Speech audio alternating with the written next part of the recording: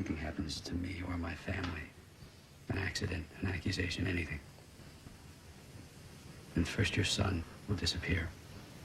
His body will never be found. Then your wife. Her body will never be found either. Now this is guaranteed. Alors bonjour, aujourd'hui on parle de Syriana. Et c'est trop bien. Attention, cette semaine on s'attelle à du lourd avec Syriana, second long métrage de Steven Gaghan avec Matt Damon et George Clooney qui a l'ambition toute modeste d'appréhender en un film les enjeux de la politique étrangère américaine, la corruption qui la gangrène, le pouvoir des compagnies pétrolières sur la marche du monde et leurs conséquences socio-idéologiques sur l'ensemble du Moyen-Orient. Un sujet à peine casse-gueule donc. Le fric, c'est chic. Bon. Set. Action. Scénariste du consensuel Trafic, qui reste l'incarnation d'un cinéma sans coronesse, dont l'ambition n'avait d'égal que l'absence de réelle subversion, Steven Gaghan n'avait réalisé jusqu'ici que le très moyen Abandon, thriller mou du genou, sorti en direct ou DVD.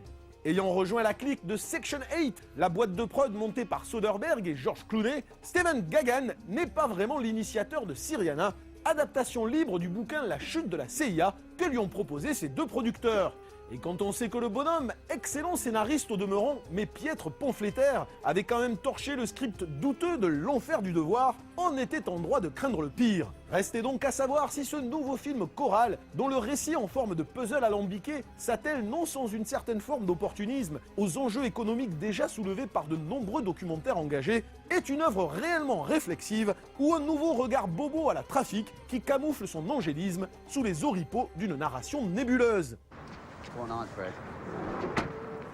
Il serait trop facile de crier au chef-d'œuvre à la seule aune de son sujet ou de sa structure scénaristique tortueuse, comme il serait injuste de critiquer vertement cette même structure, quand bien même le sens qui en découle peut paraître naïf ou confus. Comme son sujet hautement complexe, Syriana mérite un regard nuancé et ne doit pas être appréhendé à coups de dithyrambes hâtives. Mais si on doit lui reconnaître une immense qualité, c'est d'avoir justement cherché à traduire par le scénario la complexité du sujet. Quand bien même les intrigues qui se croisent pêchent par un manque de clarté évident et cèdent parfois à la facilité d'une mise en scène pseudo-documentaire, Syriana nous jette en pâture des situations, des cadres et des personnages tels qu'on n'en avait jamais vu sur grand écran. Captant le général à travers le particulier, en s'intéressant à la vie quotidienne de ceux qui deviendront les rouages d'une machine économique destructrice, s'appropriant les codes du cinéma genre qu'il détourne volontairement à des fins symboliques, Syriana offre une expérience cinématographique riche et captivante dont on pardonne les errements narratifs. En revanche, il ne faut pas confondre complexité de l'intrigue et complexité du propos. Il a une intrigue tellement tortueuse et compliquée, tu te dis « Oh, c'est vachement intelligent ». Donc tu ressors, tu te dis « Il est intelligent, c'est tout ». Puis au bout d'un moment, tu te dis « Non, il est intéressant cinématographiquement, c'est pas pour ça qu'il est forcément intelligent ». Au final, Syriana ressemble à bien des égards à Trafic, dont sa propension à victimiser tous les acteurs du sujet, pion d'une horrible machine gouvernementale corrompue qui cautionne encore la théorie simpliste du tous pourri. On aurait préféré soit un vrai pamphlet ouvertement orienté façon Michael Moore, soit de vraies questions en suspens qui élèveraient le débat.